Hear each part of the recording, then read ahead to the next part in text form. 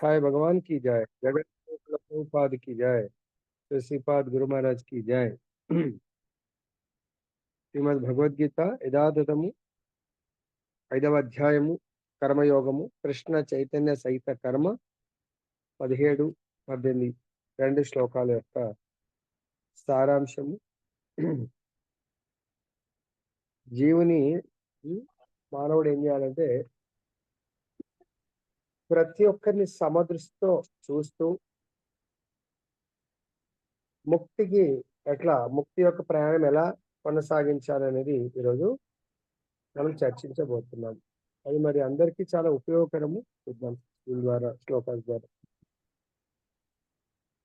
17 తద్బుద్ధయస్తదాత్మాన తన్నిష్టాస్తత్పరాయణ గచ్చంతి అపునరావృత్తిం జ్ఞాన నిర్ధూత కల్మషాః. 18వ శ్లోకం. విద్యా వినయ సంపన్నే బ్రాహ్మణే గవిహస్తిని తిని చైవాశ పాటి చ పండిత సమదర్శినః. తాత్పర్యం భాష్యం శిల ప్రభుపాదులు రచించారు. ఓం అజ్ఞానతిమిరాంధస్య జ్ఞానాంజనశలాకయా మిలితం యేన తస్మై శ్రీ గురవే నమః. నమో ఓం విష్ణుపాదాయ కృష్ణప్రేష్ఠాయ భూతలే శ్రీమతే భక్తి వేదాంత స్వామినితి నామినే. నమస్తే సరస్వతీ దేవీం గౌరవాణి ప్రచారిణే నిర్విశేష శూన్యవాది పాశ్చాత్యాదేశతారిణి. జయ శ్రీకృష్ణ చైతన్య ప్రభు శ్రీ అద్వైత గదాధర శివాసది గౌరభక్త వృంద. హరే కృష్ణ కృష్ణ కృష్ణ హరే హరే, హరే రామ రామ రామ హరే హరే. ग्रंथराज श्रीमद् भगवद गीता की जय. श्री श्री राधा रमन लाल की जय. जगन्नाथ बलदेव सुभद्रा महारानी की जय. गौर निथाय भगवान की जय. जगत गुरु श्रील प्रभुपाद की जय. శ్రీపాద్ గురు మహారాజ్ की जय. సో ఈరోజు మనం చర్చించబోయే అంశము ప్రతి జీవిని సమదృష్టితో చూస్తూ ముక్తి మార్గమున మనము ప్రయాణించాలి. మరి ప్రయాణించాలంటే ప్రతి జీవిని సమదృష్టితో చూడడం అనేది ఈరోజు ఎలా చూడొచ్చు? ఎవరైతే ఆ విధంగా సమదృష్టితో చూస్తారో వాళ్ళు ముక్తి మార్గంలో చాలా సులభంగా ప్రయాణం చేయగలుగుతారు. మరి ప్రతి జీవిని సమదృష్టితో చూడడము అనేది మనం ఆల్రెడీ భాగవతంలో భగవద్గీతలో నేర్చుకుంటున్నాము. ప్రతి జీవి ఈవెన్ భార్యాభర్తలే సమంగా చూసుకోలేరు. మరి అలాంటప్పుడు అన్ని 84 లక్షల జీవరాశిని సమదృష్టితో చూడడం అనేది పొద్దున ఆల్రెడీ మనం భాగవతంలో కొంత చర్చించాం. ఎలా అంటే శరీర రూపంలో అయితే సమదృష్టితో చూడలేము. అన్ని శరీరాలు ఈవెన్ కవల పిల్లలు ట్విన్స్ థ్రైస్ అంటే కూడా డిఫరెంట్ ఉంటారు. ఆత్మ దృష్టిలో అందరూ కూడా క్వాలిటేటివ్లీ క్వాంటిటేటివ్లీ దేహ దృష్టిలో వాళ్ళ యొక్క సైజు పరిమాణ రూపంలో కూడా తేడా ఉంటుంది. వాళ్ళ యొక్క గుణాల రూపంలో తేడా ఉంటుంది. Everything different. ఆత్మ రూపంలో ప్రతి ఒక్కరు కూడా సేమ్ సైజ్. చిన్న క్రిమి కీటకంలో కూడా సేమ్ సైజ్. ఆత్మ సైజ్ ఎంత? 1/, ఎంట్రిక యొక్క చివరి భాగంలో 1/10,000 పార్ట్. సో కాబట్టి దాని యొక్క అది పరిమాణం. తర్వాత దాని యొక్క లక్షణము, ఆత్మ యొక్క క్వాలిటీ సచ్చితానంద. ఈవెన్ ఎలిఫెంట్ లో ఉన్న ఆత్మ యొక్క గుణము సచ్చితానంద. తర్వాత శునకంలో ఉన్నటువంటి ఆత్మ యొక్క గుణము సచ్చితానంద. తర్వాత శునక మాంసాన్ని తినేవాడి లోపల ఉన్నటువంటి ఆత్మము సచ్చితానంద. మరి తేడా ఏంటంటే ఈ విధంగా నేను ఆత్మను అనుకుంటే ఇతరులందరినీ కూడా ఆత్మతో చూస్తాను. సో నేను దేహం అంటే ఇతరులందరినీ కూడా దేహంతో చూస్తాను. ఎవరైతే ఈ విధంగా ఆత్మ దృష్టికోణంతో ఇతరులందరినీ కూడా ఆత్మలుగా చూడగలిగితే అప్పుడు ప్రతి ఒక్క ఆత్మను ప్రేమించగలుగుతాడు. ఎందుకు? ప్రతి ఆత్మ కూడా భగవద్గీత 15.7 చెప్పినట్టుగా మమైవాంశో జీవలోకే జీవభూత సనాతన. సో జీవులందరూ కూడా సనాతనులు. వాళ్ళు ఒకసారి ఉండి ఒకసారి లేకుండా ఉండరు. కాబట్టి ఎలా సనాతనులు? భగవంతుడి అంశ రూపంలో సనాతనులు. కాబట్టి మనం నా రైట్ హ్యాండ్ నా యొక్క పూర్ణంలో ఒక భాగము. నా లెఫ్ట్ హ్యాండ్ కూడా ఒక భాగం. కాబట్టి నా right hand by default left hand ప్రేమిస్తుంది. రైట్ హ్యాండ్ యొక్క ప్రతి ఫింగర్ లెఫ్ట్ హ్యాండ్ ప్రేమిస్తుంది. అలానే నా శరీరంలో ఒక భాగము వేరొక భాగాన్ని ప్రేమిస్తుంది. ఎప్పుడు? ఇది నాకు కనెక్ట్ అయినంత కాలం. ఒకవేళ కనెక్ట్ అయిపోయి ఎక్కడో పడిపోయిందనుకోండి, అప్పుడు అది నాదా కాదో తెలవనప్పుడు ప్రేమించలేను. కాబట్టి తెలియనప్పుడు. అది నాదేనప్పుడు మళ్ళీ ఇమ్మీడియేట్‌గా నా లెఫ్ట్ హ్యాండ్ ఏదో యాక్సిడెంట్‌లో కట్ అయ్యి పడిపోయిందనుకోండి. అట్లా చాలా మంది హ్యాండ్స్ ఉన్నాయి. కానీ నా హ్యాండ్ పెడితేనే ఇది మళ్ళీ జాయింట్ అవుతుంది. ఒకవేళ షర్ట్ రూపంలోనో ఏదో విధంగా రింగ్ ఏదైనా ఉంటే ఆ రూపంలో గుర్తుపట్టి చేసిందనుకోరి నా మనసు. ఇమ్మీడియేట్‌గా రైట్ హ్యాండ్ చెప్తే, "అరే! ఇది నీ లెఫ్ట్ హ్యాండ్ మన లెఫ్ట్ హ్యాండ్ తీసుకో" అని చెప్పేసి అది డాక్టర్ దగ్గరికి వెళ్తే సర్జరీ చేసి అంటే ఈ రైట్ హ్యాండ్ అప్పుడు ప్రేమిస్తుంది. అరే! నాది అని చెప్పేసి. సో, కాబట్టి అదే విధంగా నేను భగవంతుడి యొక్క పార్ట్ అండ్ పార్సెల్. నేను భగవంతుడిలో ఒక భాగము అని నేను ఫీల్ అయినప్పుడు, ప్రతి ఒక్క ఆత్మ కూడా భగవంతుడిలో భాగము అని నేనప్పుడు అర్థం చేసుకొని, ప్రతి ఒక్కరిని నేను ప్రేమించగలుగుతా. ఆ హ్యాండ్ నన్ను ప్రేమించదు. ఎందుకంటే కట్ అయిపోయి ఉంది కాబట్టి. కొన్నిసార్లు కట్ కాకున్నా మొత్తం కింద పడకున్నా వేలాడుతా ఉంటది. అప్పుడు హ్యాండ్ నన్ను ఏం చేయలేదు. పాపం సిగ్నలే అందదు. ప్రేమించాలంటే దీనికి మొత్తం కనెక్టివిటీ ఉండాల. కనెక్టివిటీ తెగిపోయి కొరవ ఊపితే ఏదో స్కిన్‌తో వేలాడుతా ఉంది. అప్పుడు హ్యాండ్ ఏం చేస్తుంది? ఈ హ్యాండ్ కనెక్ట్ అయింది కాబట్టి దీన్ని ఇట్లా పట్టుకుంటుంది.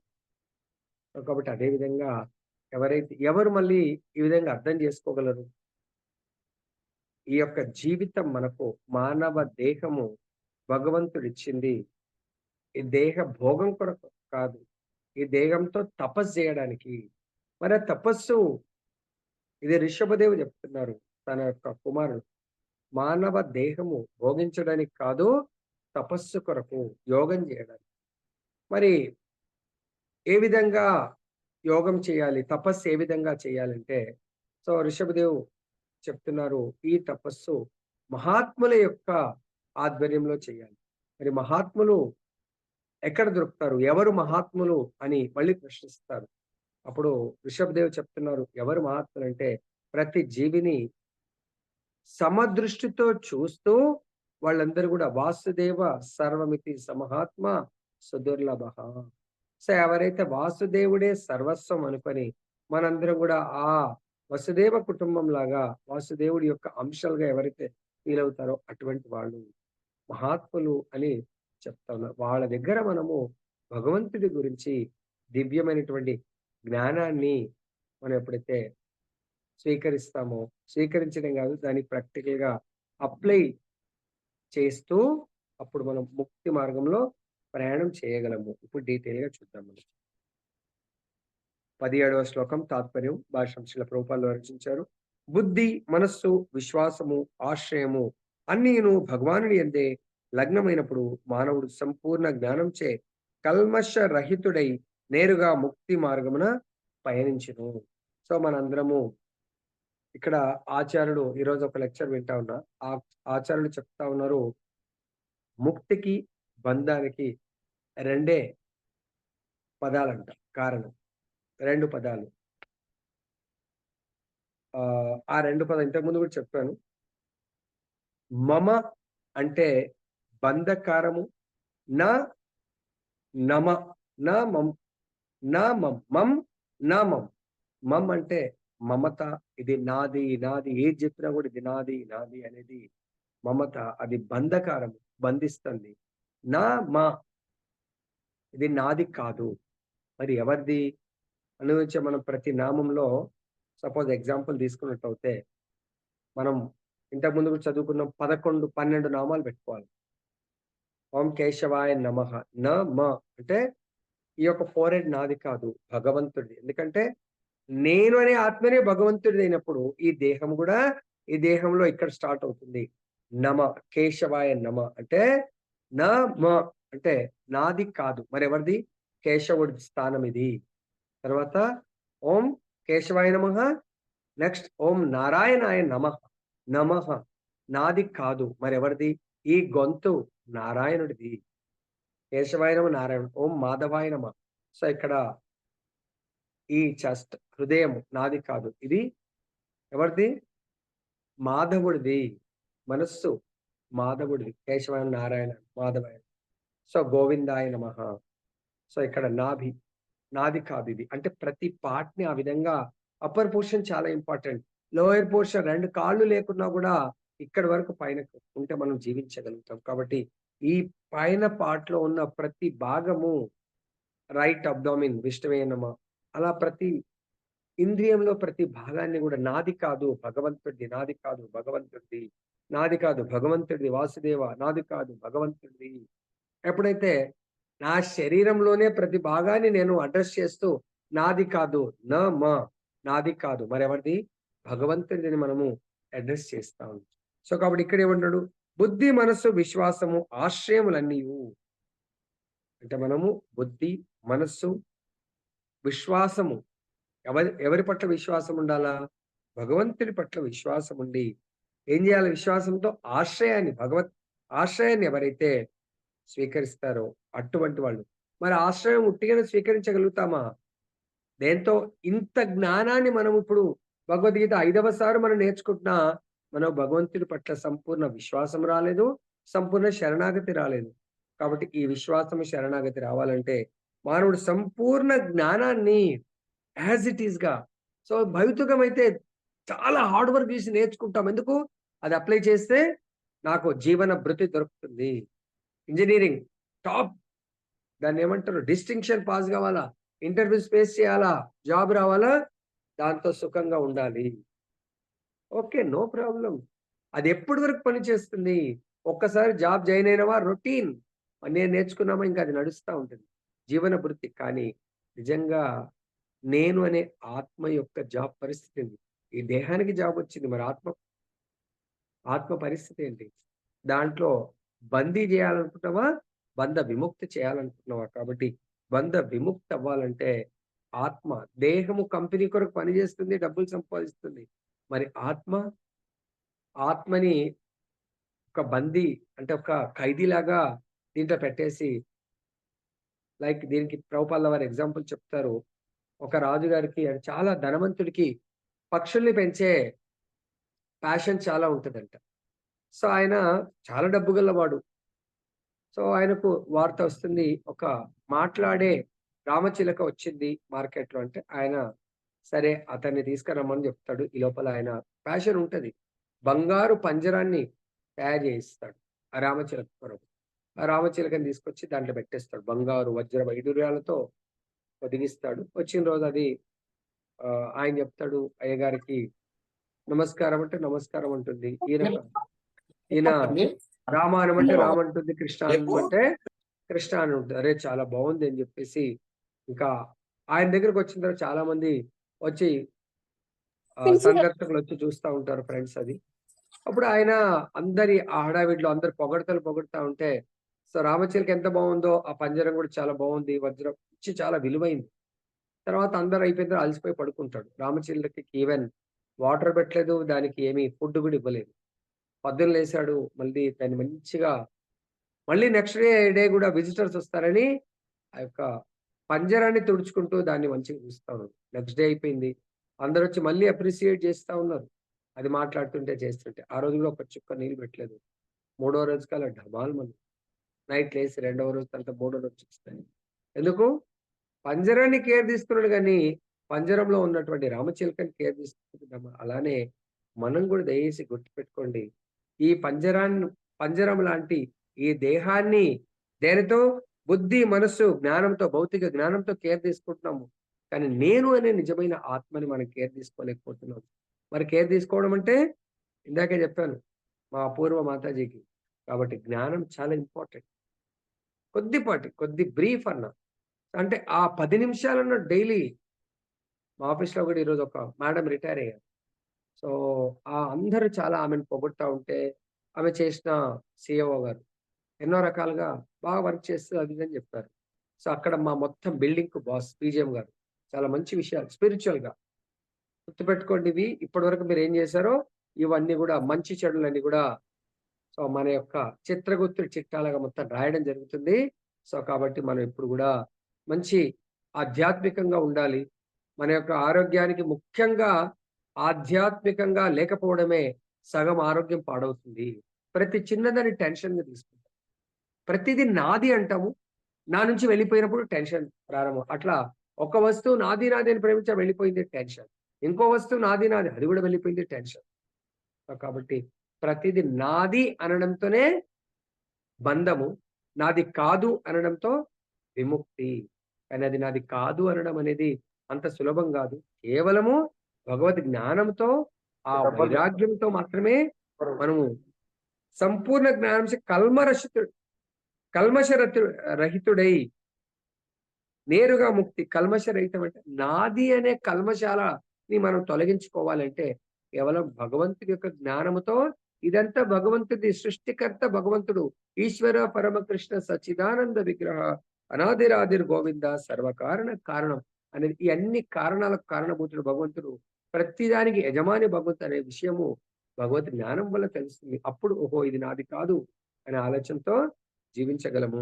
నెక్స్ట్ శ్రీకృష్ణ భగవానుడు దివ్యమైన పరతత్వము గీతాజ్ఞానమంతయు శ్రీకృష్ణ భగవానుడే దేవాది దేవుడని ప్రతిపాదించుడేందే కేంద్రీకరింపబడినది.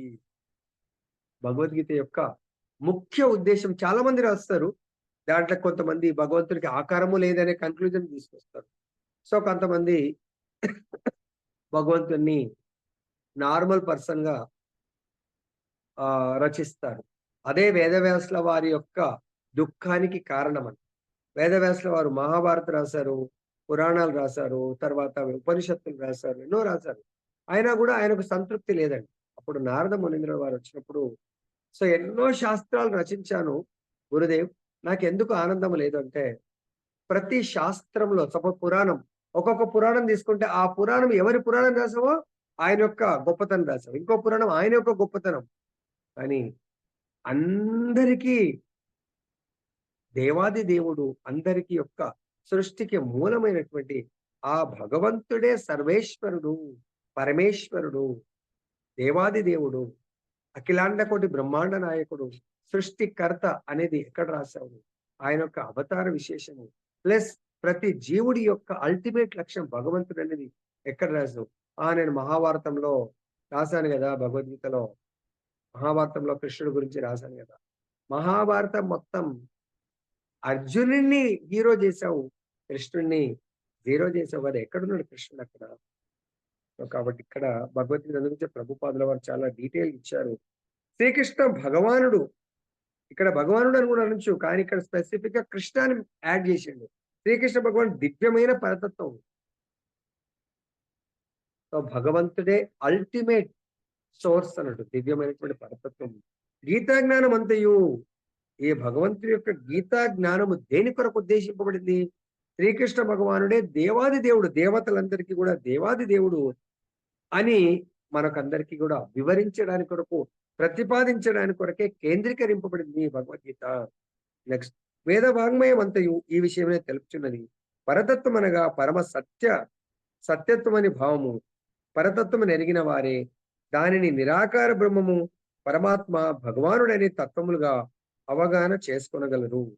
అందుకొచ్చే పరతత్వాన్ని సంపూర్ణంగా, అందుకొచ్చే పైన ఏమన్నాడు? సంపూర్ణ మానవుడు సంపూర్ణ జ్ఞానము. ఇక్కడ సంపూర్ణ జ్ఞానానికి నిర్వచనం ఏంటంటే ఆధ్యాత్మిక జ్ఞానము, దాంట్లో భగవంతుడి యొక్క 3 తత్వాలు. నంబర్ 1 నిరాకార బ్రహ్మము, నంబర్ 2 పరమాత్మ తత్వము, నంబర్ 3 భగవానుడనే తత్వము.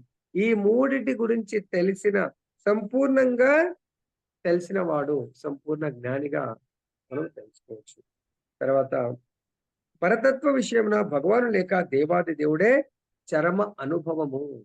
ప్రతి ఒక్కరికి అల్టిమేట్ గోల్ చరమానుభవానికి, దాన్ని మించింది లేదు. ఆ భగవంతుని అర్థం చేసుకోవడం తప్ప మిగతాది ఇంకేమీ లేదు. భగవంతుని బియాండ్ ఏం లేదు. భగవానుడికి మించి మరొకటి లేదు. కనుకనే భగవానుడు 7.7 నందు మత్త పరతరం నాణ్య కించిదస్తి ధనంజయ, మై సర్వమిదం ప్రోతం సూత్రే మణిగణ ఇవ. ఓ ధనంజయ, భగవంతుడి ఇక్కడ ధనంజయ అని ఎందుకు వాడు? ధనాన్ని జయించిన వంటి వాడు. అంటే భౌతిక ధనాన్ని జయించాడు, ఆధ్యాత్మిక ధనాన్ని కూడా జయించాడు. ఆధ్యాత్మిక ధనం ఎందుకు వాడింటాడు? భగవంతుడే షడైశ్వర్య సంపన్నుడు కాబట్టి అటువంటి భగవంతుడి యొక్క కృపని, భగవంతుడి యొక్క మనసుని జయించినటువంటి వాడు. నాకంటేనూ శ్రేష్టమైన సత్యం ఇంకొకటి లేదు. భగవంతునికి మించినటువంటి సత్యము లేదు. దారమునందు ముత్యములు కూర్చబడినట్లు సమస్తము నా పైననే ఆధారపడి ఉంది. ఇన్ని శ్లోకాలు ప్రతి ఒక్కరు పారాయణం చేస్తారు. మళ్ళీ మనం చూస్తూ ఉంటాము చేసేది మళ్ళీ వివిధ దేవతలను శరణాగతి పొంది వాళ్ళే సర్వస్వంగా భావిస్తూ ఉంటారు. వాళ్ళు ఏం భగవద్గీత అర్థం చేసుకుంటున్నారో నాకేం తెలియదు. ఇవాళ మంగళవారం కొంతమంది ఏదో అనుకోకుండా చూశాను, మంగళవారం ఫలానా దేవుడు, ఆయనకు శరణాగతి పొందండి మీకు అన్ని మంచి జరుగుతూ ఉంటాయి. అంటే భగవంతుడికి మరి ఏ వారం, కృష్ణుడికి ఏ వారం చేయాలి? ప్రతిరోజు, ప్రతి నిమిషము, ప్రతి సెకండ్ కృష్ణుడిది మాతాజీ. ఆలోచించండి మీరు. అనన్య చింతయంతో మా అంటే ఏంటిది మీనింగ్? అంతే కరెక్ట్. భగవద్గీత వింటున్నారు కానీ నాకు చాలా ఆశ్చర్యం ఇస్తుంది. కొంతమంది వాట్సాప్ లలో పెడతా ఉన్నారు, ఏం పెట్టుకుంటున్నారు? వచ్చిందా ఫార్వర్డింగ్? ఎస్, ఇది భగవంతుడిది పెట్టుకోండి, గీత పెట్టుకోండి, గీత ఒక శ్లోకం పెట్టుకోండి పర్వాలేదు, ఈ లైక్ ఇష్టమైన శ్లోకం. అనన్య చింతయంతో మాం ఏ జన పర్యుపాసతే తేషాం నిత్యాభియుక్తానం యోగక్షేమం వహామ్యం. కానీ నా దివ్య రూపమును ధ్యానించు అనన్య భక్తి నన్ను సదా అంటున్నాడు. సదా అర్చించు వారి యోగక్షేమము.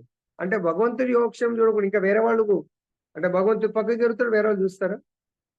భగవంతుడి దగ్గరికి రాని వాళ్ళ గురించి ఆ మాట. మరి భగవంతుడిది పెట్టుకొని చెప్పండి అంటే వాళ్ళు ఏమనుకుంటారు అప్పుడు? మనం ఇంత పెద్ద నామాలు పెట్టుకొని ఈయన పెట్టుకొని మళ్ళీ ఓహో మంగళవారం ఒక దేవుడు, సోమవారం ఓకే పర్వాలేదు. ఏమంటారు గోవిందరాం ప్రభుజీ? సోమవారం కృష్ణుడు రక్షించాడా?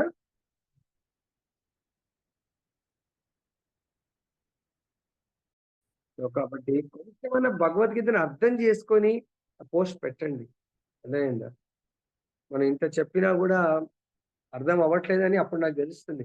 కొంతమంది ర్యాండమ్ గా చూశాను, ఎందుకో ఈరోజు చూస్తామని చూస్తే ఏదేదో పోస్టింగ్ పెడతా ఉంది. ఓకే, అప్ టు యూ ఏమున్నది అనేది. సో అది ఓ అర్జున, నాకంటే పరతరమైనది మరొకటి లేదని బోధిస్తాడు భగవంతుడు. మరి ఆయన మాటలు అబద్ధమైతాయి కదా అప్పుడు. ఆలోచించండి.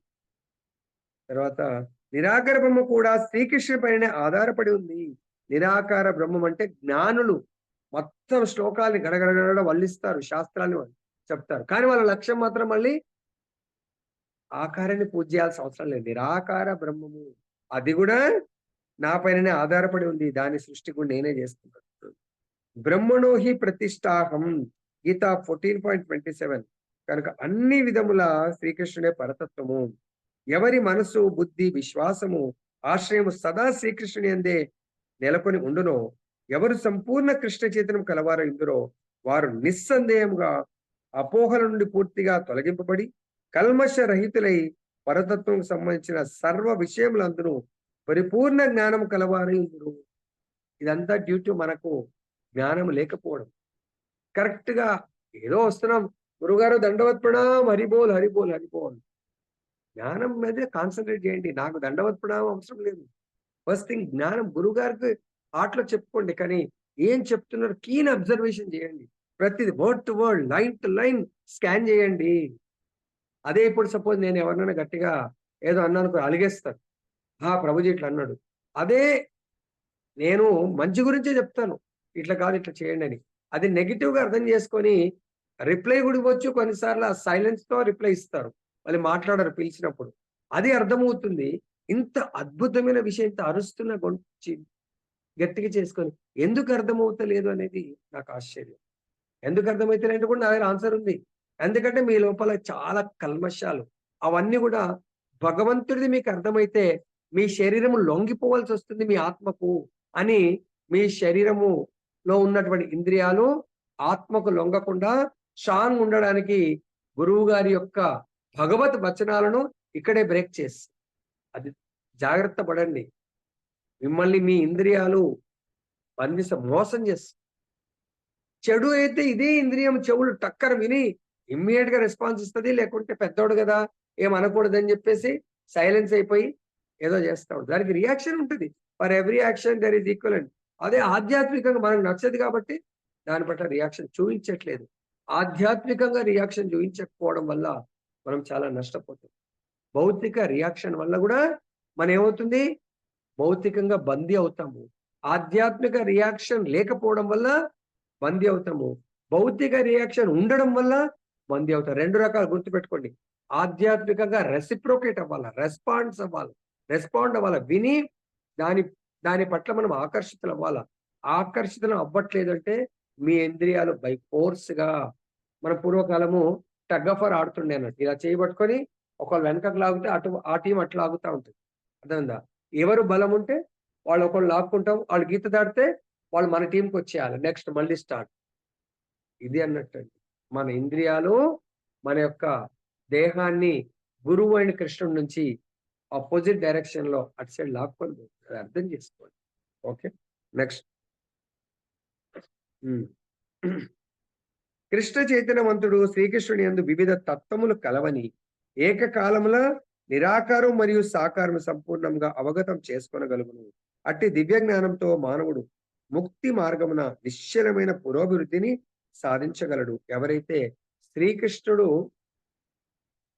నిరాకారము, ఆయన మొదటి అనుభూతి, రెండవ అనుభూతి పరమాత్మ, మూడవ అనుభూతి భగవాన్. అంటే మనకు సూర్యుడితో ఉపమానం చేస్తారు. సూర్యుడు శక్తిమంతుడు. సూర్యుడి యొక్క మండలము పరమాత్మ అంటారు. సూర్యుడు యొక్క కిరణాలు శక్తి. అంటే భగవంతుడి యొక్క నిరాకార బ్రహ్మజ్యోతి, భగవంతుడి యొక్క బేసిక్ ఆయన యొక్క జ్యోతి వెలుతురు. దాంట్లో ఏముండదు, ఆకారం ఉండదు, శక్తి రూపంలో ఉంటుంది. అదే పరమాత్మ రూపంలో భగవంతుడు ధ్యాన యోగులకు పరమాత్మ ప్రతి ఒక్కరి లోపల పరమాత్మగా నివసిస్తూ వాళ్ళని సచ్చిదానంద స్వరూప్ పరమాత్మని మనం సేవించలేము. మళ్ళీ ఆ పరమాత్మ మనకు సచ్చిదానంద స్వరూపాన్ని మనతో ఎంజాయ్ చేయడానికి వెయిట్ చేస్తున్నటువంటి ఆ భగవంతుడి దగ్గరికి పంపిస్తాడు. సో ఈ జ్ఞానం ఎవరికైతే ఉంటుందో వాళ్ళు ఖచ్చితంగా ఈ భౌతిక ప్రపంచంతో నాకేమీ పని లేదని ముందుకు ప్రయాణం చేస్తూ ఉంటాడు. నెక్స్ట్ 18వ శ్లోకం. వినమ్రులైన పండితులు యథార్థమైన జ్ఞానము కలిగిన వారొకటిచే విద్య వినయములతో కూడిన బ్రాహ్మణుని, గోవుని, ఏనుగును, శునకమును, శునకమాంసం తినువానిని సమదృష్టితో వీక్షిస్తారు. అంటే ఎవరైతే ఇందాక చెప్పినట్టుగా నేను దేహము కాదు, నేను ఆత్మను, నేను భగవంతుడి యొక్క అంశ, భగవంతుడి శక్తిమంతుడు, నేను శక్తిని, నా యొక్క డ్యూటీ కేవలం భగవంతుని సేవించడము. నేను అంటే నాలాంటి వాళ్ళు అణువణువు భగవంతుడు విభువు అయితే అణువణువులో అందరం ఆత్మలు. సపోజ్ ఒక చెట్టుకు పెద్ద వృక్షానికి తేనెటీగలు ఒక 1000 తేనెటీగలు కలిసి తేనె తట్టును పెడతా ఉన్నాయి అనుకోండి. దూరంకి వెళ్ళి చూస్తే అదొక అందులో తేనెటీగలు కనబడవు. అన్ని మొత్తం అతుక్కపోయినట్టుంటే ఒక బ్లాక్ ఏదో అలా ఒక పిక్చర్ లాగా లేకుంటే ఏదో కనబడతా ఉంటుంది. కానీ ఎప్పుడు ఆ ఈగలన్నీ మనకు కనబడతాయి. ఎవరైనా కర్రతో దాన్ని టచ్ చేస్తే ఈగలన్నీ అటాక్ చేయడానికి అప్పుడు వందల ఈగలు కనబడతాం. సో కాబట్టి ఈ పరమాత్మ లోపల కూడా మనం చూడాలంటే చూసే దృష్టి కావాలి. మనందరం అట్లా అంశ మాత్రం, అది కూడా భగవంతుడు చూపించాలనుకుంటేనే విశ్వరూపం అర్జునుడి పట్ల ప్రసన్నమై అర్జునుడికి చూపిస్తాడు. అర్జునుడి కృష్ణుడు అక్కడ ఉన్నారు, ప్లస్ అక్కడ ఉంటే భగవంతుడి విరాట్ రూపంలో పర్వతాలు, కొండలు, నదులు, సముద్రాలు, ప్లస్ ఎన్నో జీవరాశులు, లాస్ట్ కు దెన్ వాళ్ళు కూడా మళ్ళీ అక్కడే ఉంటారు. సో కాబట్టి దాన్ని బట్టి అర్థం చేసుకోండి, మనం పరమాత్మ ఆ భగవంతుడి లోపల అంశంలాగా మనం ఉన్నాము. కాబట్టి అటువంటి వినమ్రులైన పండితులు, ఈ జ్ఞానాన్ని మరి పొందిన వాళ్ళు వినమ్రులై ఉండాలా. గర్వం అహంకారంతో ఉండకూడదు. చాలా నేను లోయెస్ట్ పర్సన్ లాగా నాకు ఏమీ తెలియదు అన్నట్టుగా ఉండి యథార్థమును అటువంటి వాడే నిజంగా జ్ఞానాన్ని కలిగి ఉన్నాడు. ఆయనను ఎట్లా గుర్తించాలా, ఆయనకు నిజంగా జ్ఞానం ఉందా లేదా అనేది విద్యా వినయంతో కూడిన బ్రాహ్మణుణ్ణి, తర్వాత గోవుని, ఏనుగును, శునకాన్ని, శునకము తిను అని అందరినీ కూడా సమదృష్టితో అంటే లైక్ ఎగ్జాంపుల్, మనం ఇప్పుడు స్కూల్లో ఒక టీచర్ జాబ్ చేస్తున్నారు. స్కూల్లో పేదవాడు ఉండొచ్చు, ధనవంతుడు ఉండొచ్చు, తర్వాత అన్ని వర్ణాల వాళ్ళు ఉండొచ్చు, కులాల వాళ్ళు ఉండొచ్చు. సో ఆయనకక్కడ గవర్నమెంట్ స్కూల్ అయితే డ్రెస్ ఉండదనుకుంటా. ప్రైవేట్ స్కూల్‌లో అందరూ డ్రెస్ కోడ్ వేసుకుంటారు. ఆయన కేవలం ఆ డ్రెస్‌తో చూస్తాడు. అంటే అందరూ తన క్లాస్ వాళ్ళు. దాంట్లో లోపలికి వెళ్లి ఆయన ఆ డ్రెస్ లోపలికి వెళ్ళడింక. ఆ డ్రెస్ లోపల వీడు ఏ కులము, ఏ మతము, లేకుంటే వీడింకా పేదవాడా, ధనవంతుడా, లేకుంటే ఆ డ్రెస్ లోపలికి వెళ్తే వీడి కలర్ ఏంటి, వాడి బ్యాక్‌గ్రౌండ్ ఏంటి ఇవన్నీ. సో, ఆ టీచర్‌కి కావాల్సింది నా క్లాస్ వాడా కాదా? సో, నా క్లాస్ వాడంటే ఈ డ్రెస్. ఓకే. ఈ డ్రెస్ వాళ్ళు నా క్లాస్ వాళ్ళు. బ్యాడ్జ్ అది సంథింగ్ అలా. అలానే మనం గూడా యెస్. కావాల్సింది మనకేంటి? మనము జీవులమా? కాదా? జీవమా? జడ పదార్థమా? అనేది మనకు కావాలి. జడ పదార్థం అంటే జీవం లేనిది. జడ పదార్థం కానిది జీవం ఉంది. అందు గురించే మనకు భగవంతుడు 2 ప్రకృతులు. న్యూన ప్రకృతి, ఉన్నత ప్రకృతి. న్యూన ప్రకృతి ఏమో జడ పదార్థం, ఉన్నత ప్రకృతి జీవులు. దయచేసి జీవులు అందరూ గూడా డ్రెస్ ఏదైనా వేసుకోని వాళ్ళు. కానీ వాళ్ళందరూ గూడా ఆయన డ్రెస్‌తో చూడకుండా ఆ జీవ పదార్థాన్ని, జీవం అంటే భగవంతుడి శక్తిగా మాత్రమే చూసినవాడు నిజమైన పండితుడు. సమదృష్టితో చూడాలి. నెక్స్ట్, కృష్ణ చైతన్యవంతుడు జాతి, కుల విచక్షణను చూపడు. సంఘ దృష్టిలో బ్రాహ్మణుడు మరియు చండాలుడు వేరు కావచ్చును. అట్లే జాతిని బట్టి శునకము, గోవు, ఏనుగు మున్నగునవి వేరు కావచ్చు. కానీ ఈ విధమైన దేహపర భేదములు దివ్య జ్ఞాన దృష్టిలో అర్ధరహితములు. చాలా మంది వేద పండితులు చాలా బ్రహ్మాండంగా వల్లిస్తా ఉంటారు. మళ్ళీ ప్రాక్టికల్‌గా వచ్చేసరికే వాడు ఈ మతము, వీడి మతము, వీడి ఈ కులము, వీడు ఈ వర్ణము. సో, ఇవన్నీ గూడా చూసేవాడు నిజంగా జ్ఞాని కాదు. జ్ఞానవంతుడు జాతి, కుల విచక్షణను చూపడు. ఈవెన్ జంతువులు గూడా అవేంటి ఆహ్, జాతి అంటే ఇది సింహము, ఇది ఏనుగు, ఇది ఆవు జాతి. వర్ణము బ్రాహ్మణ, క్షత్రియ, వైశ్య ఇవన్నీ గూడా నిజమైన జ్ఞాని చూడు. దేహము ఇవన్నీ గూడా దేహము. దేహం ప్లాట్‌ఫార్మ్‌లోనే లేడాయన. అలాంటప్పుడు దేహంని పట్టించుకోడు. ఇందుకు దేవాది దేవునితో వానికి గల సంబంధమే కారణము. ఎందుకనగా దేవాది దేవుడు తన స్వరూపాంశి అయిన పరమాత్మ రూపమున ఎల్లరి హృదయములందు నెలకొని ఉండును. దేవాది దేవుని గూర్చిన ఇట్టి అవగాహనయే యథార్థమైన జ్ఞానము. సో, కాబట్టి భగవంతుడి యొక్క నిజమైన జ్ఞానాన్ని ఎవరు చూడగలరు? ఎవరికి జ్ఞానం ఉందని మనం తెలుసుకోవచ్చంటే, ప్రతి ఒక్కరూ మనందరి హృదయంలో దేహమునందు పరమాత్మ మరియు జీవాత్మ నివసించి ఉంటున్నారు హృదయములందు. కాబట్టి ఆ జీవాత్మ భగవంతుడి యొక్క అంశ, పరమాత్మ వచ్చి భగవంతుడి యొక్క స్వరూప అంశ. అంటే స్వాంశ. భగవంతుడి యొక్క స్వాంశ పరమాత్మ, భగవంతుడి యొక్క విభిన్న అంశ జీవుడు అని ఎవరైతే తెలుసుకుంటారో అది యథార్థ జ్ఞానము భగవంతుడు చెప్తున్నాడు. ప్రతి జీవిని భగవానుని మిత్రునిగానే భావించు. చూడండి, భగవంతుడు అనంత కాలము నుంచి మనం ఆఫ్టర్ ఆల్ మ్యారేజ్ చేసుకొని 20 ఏండ్లయితే తప్పదు గదా! ఇగ ఒకరోజు అనుకున్నా, ఆడుకున్నా కలిసి సహజీవనం సాగిస్తా ఉంటారు. తర్వాత ఈ శరీరాన్ని వదిలేస్తే భార్య ఎక్కడో, భర్త ఎక్కడో. కానీ పరమాత్మ జీవుడితో, జీవాత్మతో అనంత కాలం నుంచి అది సనాతనం గూడా సాగిస్తా ఉంటాడు. ప్రతి జీవితో అంతా ఎక్స్‌పాండ్ అవుతా ఉంటాడు భగవంతుడు. అదే జీవుడు యోగి రూపంలో 9 రూపాల్లో మాత్రమే ఆయన విస్తరించగలడు మాక్సిమం. భగవంతుడు అన్‌లిమిటెడ్, అన్‌కౌంటబుల్ అన్ని పరమాత్మ స్వరూపాల్లో విస్తరించగలడు. ఎంత పీరియడ్ కొరకు? సనాతన ఎప్పటికీ విస్తరిస్తా ఉంటాడు భగవంతుడు. కాబట్టి మనతో భగవంతుడి యొక్క సాంగత్యం ఎలా ఉందంటే అనంత కాలం నుంచి ఉంది. ఏ విధంగా ఉంది? మిత్రుడిలాగా ఉంది, శత్రువులాగా ఉంది. అదే మనం ఒక బిజినెస్ చేస్తే ఎప్పుడు కలిసుంటామో, ఎప్పుడు విడిపోతామో తెలీదు. అదే విధంగా ఎన్నో రిలేషన్స్. అన్నదమ్ములు చాలా క్లోజ్ ఉంటారు. ఆస్తి విషయం వస్తే విడిపోతారు. భార్యాభర్తలు క్లోజ్ ఉంటారు.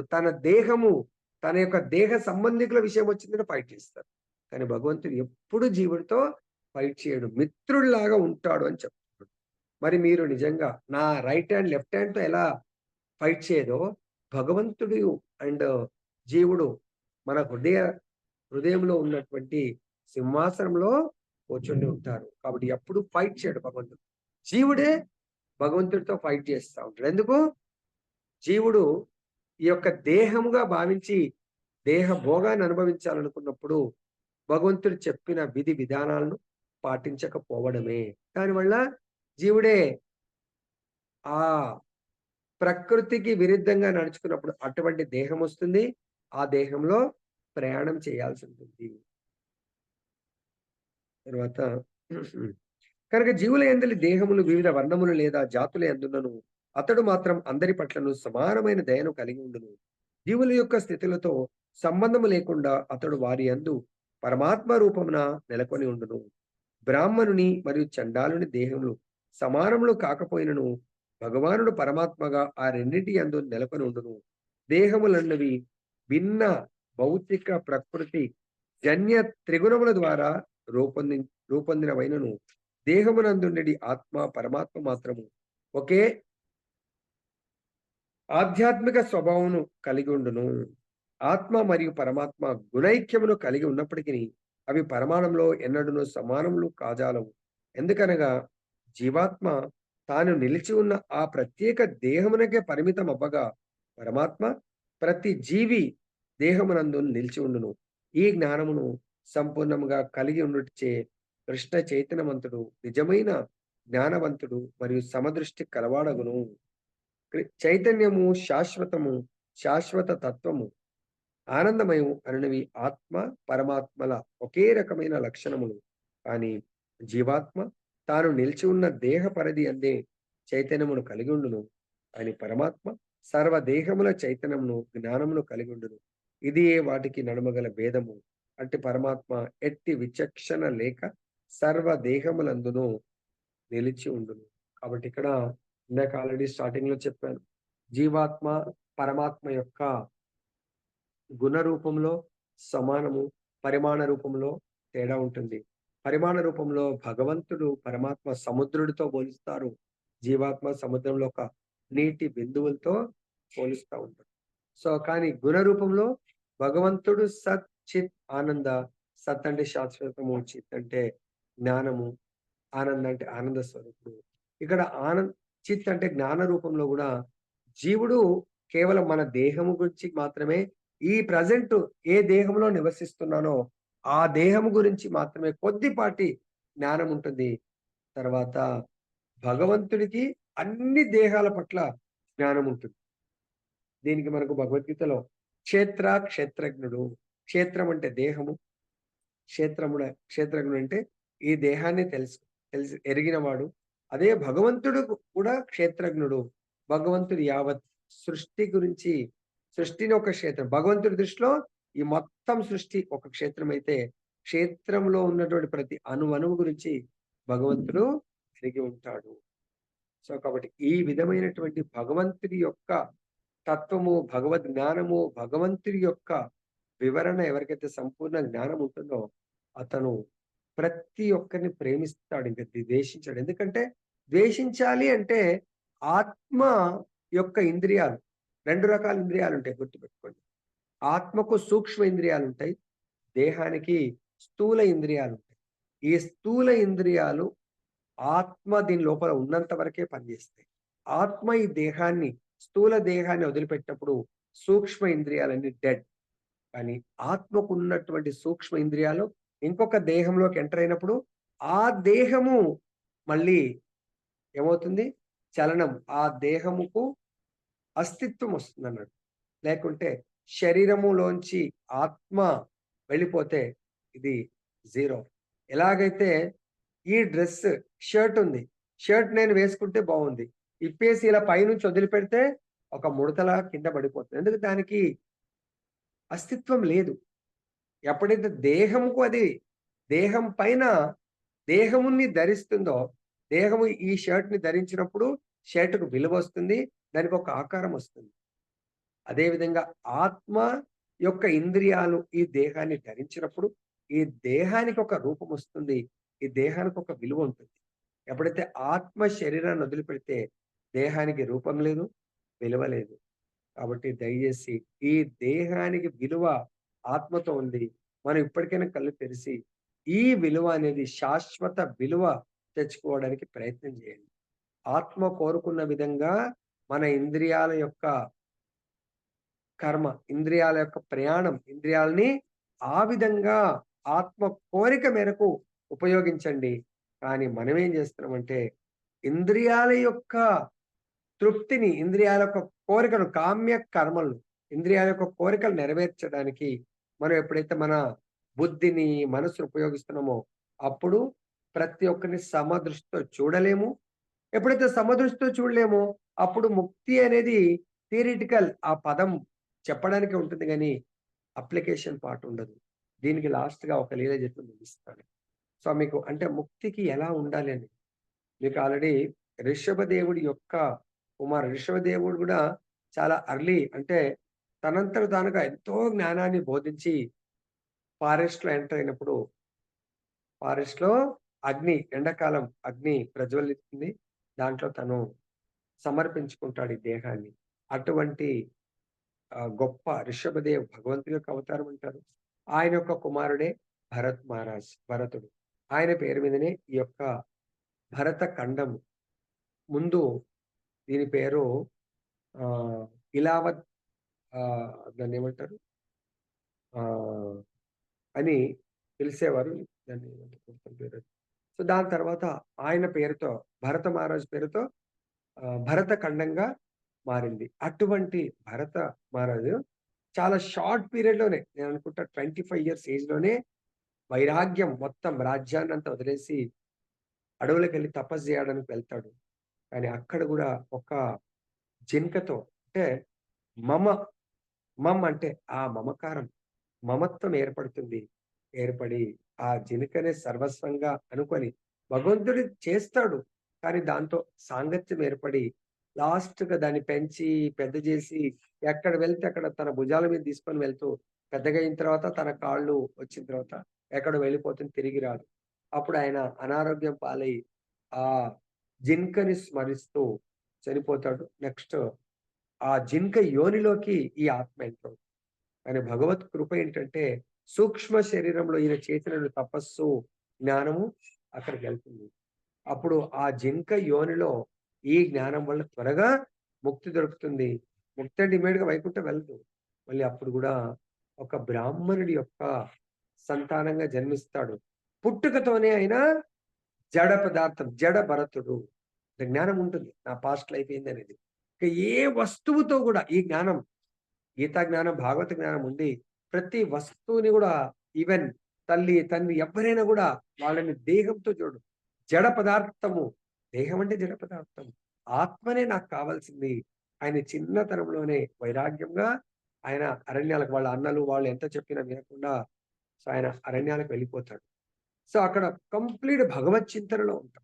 ఎలా అయితే సుఖదేవ్ గోస్వామి వెళ్ళిపోయాడో జడభరతుడు గూడా కంప్లీట్‌గా ఆయన వైరాగ్యం పొందుతాడు. చాలా గొప్ప భక్తుడాయన. అలా అరణ్యాల్లో భగవంతుడిని స్మరిస్తూ తిరుగుతా ఉంటే మీకందరికి తెలుసు. అంటే ఎలా ఉండాలో. ప్రతి ఒక్కరిని ఏ విధంగా చూస్తున్నాడు ఆయన చూడండి. సో, ఇక్కడ ఎవరిని కూడా ద్వేషించట్లేదు. సో, వాళ్ళకి హరే కృష్ణ చెప్పి వెళ్ళిపోతాడు. అక్కడ అరణ్యాల్లో వీళ్ళు కాళీ దుర్గామాత యొక్క భక్తులుంటారు అక్కడ అరణ్యాల్లో కొండ జాతి వాళ్ళు. వాళ్ళొచ్చి వాళ్ళకి ఏదో పండగుంటే ఈయన మంచిగా దొరికాడు మానవుడని పట్టుకొని పోయి బలి ఇవ్వడానికి ప్రయత్నం చేస్తా ఉంటాడు. కానీ ఆయన ఏమీ పట్టించుకోడు. ఆయన జడంలాగా ఉంటాడాయన. భగవంతుడి స్మరణ చేస్తూ ఏమన్నా చేసుకొని నాకేం సంబంధం ఉంది? అందరిని వాళ్ళ పట్ల కోపం రావట్లేదు, వాళ్ళని ద్వేషించట్లేదు, ప్రతిఘటించట్లేదంట ఈవెన్ ఆయన. ఓకే. వాళ్ళకు నన్ను సమర్పించడంలో ఆనందంగా ఉంటే okay. Let them offer me to Durga, కాళీకి అని చెప్పేసి వాళ్ళు తలబెట్టేసి ప్రతిఘటించట్లేదు ఆయన. ఆ భగవంతుని నామం చేస్తా ఉన్నాడు. హరే కృష్ణ, హరే కృష్ణ, కృష్ణ కృష్ణ హరే హరే, హరే రామ, హరే రామ, రామ హరే. ఇంకా ఆయన మెయిన్ ముఖ్య పూజారి వచ్చి తల నరకడానికి పోతే ఆ ప్రతిమలో ఉన్నటువంటి ఆ కాళీ భద్రకాళి ఇంక చూడలేకపోయింది. సో, నా స్వామి యొక్క ఇంత మహాభక్తుడు వీళ్ళు పట్టుకొచ్చి వాళ్ళు నాకు సమర్పిస్తున్నా ఏమి ప్రతిఘటించట్లేదు. ఇంత మహాభక్తుడిని సంహరిస్తాడని ఆ ప్రతిమ పగిలిపోయి ఆ విగ్రహం సో, తను స్వయంగా ప్రకటితమై ఆ మెయిన్ పూజారిని సంహరిస్తుంది. చూడండి, భగవంతుడికి సంపూర్ణ శరణాగతి పొందిన వాణ్ణి ఏ దేవత కూడా ఏమీ చేయలేదు గదా! ఇంకా రక్షిస్తుంది. తన భక్తుల్ని సంహరించింది. అదే భగవంతుడు రక్షించాలనుకుంటే ఇంక ఎవ్వరు గూడా వాళ్ళని భగవంతుడు సంహరించాలంటే ఎవరు రక్షించలేరంట. హనుమంతుడు లంకకు వెళ్ళినప్పుడు రావణుడికి బోధన చేస్తాడు. "ఏ రావణ్, ఇప్పటికైనా ఛాన్స్ ఉంది. నువ్వు వెళ్లి రామచంద్రుడికి ఆ అఖిలాండ కోటి బ్రహ్మాండ నాయకుడికి శరణాగతి పొందు. సో, నీకు నీ నీ యొక్క నీకు ఆశ్రయం ఇస్తాడు" అంటే ఆయన అంటాడట, "నేనెందుకు, ఆయన మానవ మాత్రుడు.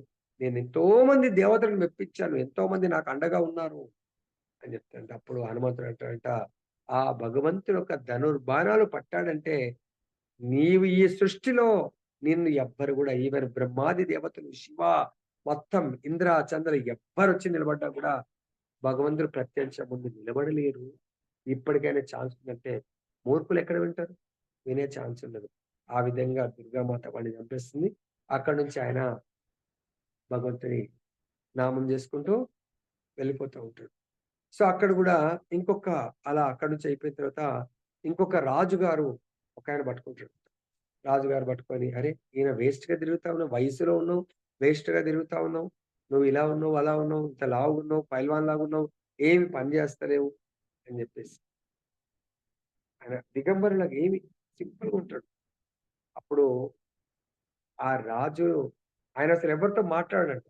కానీ ఇక్కడ తన జ్ఞానాన్ని ఉపయోగిస్తాడు. అరే! నేను అక్కడ భద్రకాళి దగ్గర నోరు మెదపలేదు.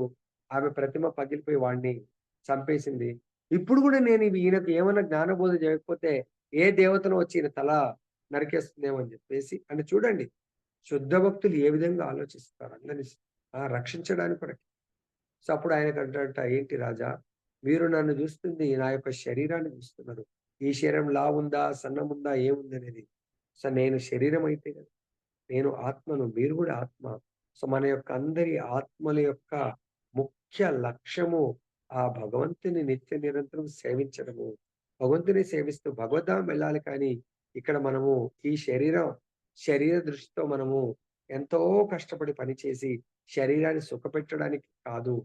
అనగానే అప్పుడు జ్ఞానోదయమే అయిన ఈయన యొక్క బాడీని చాలా దృష్టి పెట్టి చూస్తే ఈయనకన్నీ గూడా దాన్నేమంటారు తిలకాలు, నామాలు అవన్నీ ఉన్నాయి. అవునా! స్వామి మీరెవరు అంటే అప్పుడు నేను సో అండ్ సో బ్రాహ్మణుడిని అని చెప్తే ఆయనకు అతిథి మర్యాదలు చేసి సత్కరిస్తాడంట. ఆ విధంగా జరభట్టుడు భగవంతుడి యొక్క ధ్యానం చేసుకుంటూ ప్రతి ఒక్కరిని సమదృష్టితో చూస్తూ భగవంతుడి యొక్క ధామానికి వెళ్ళడం జరుగుతుంది. అంటే ఒక లైఫ్ భరతమార జన్మలో వెళ్ళాలా? అంటే 2 లైఫ్‌లు వెయిట్ చేయాల్సొస్తుందన్నట్టు. జింక, జడభరతుడు. కాబట్టి మనకి ఇప్పటికి గూడా ఛాన్స్ ఉంది. టేక్ అప్ సీరియస్ విశ్వాసముతో కూడుకున్నటువంటి భగవత్ ఆశ్రయాన్ని స్వీకరించండి. లేకుంటే ఇంకెన్నో జన్మలు మనం వెయిట్ చేయాల్సొస్తుంది. ఇంతటితో ముగిస్తాను. జయ బోలో భద్రాశ్రమం. भगवद गीता की जय। श्री श्री राधा रमन लाल की जय। जगन्नाथ बलदेव सुभद्रा माई की जय। गौर भगवान की जय। जगत गुरु श्री प्रभुपाद की जय। श्री श्रीपाद गुरु महाराज की जय।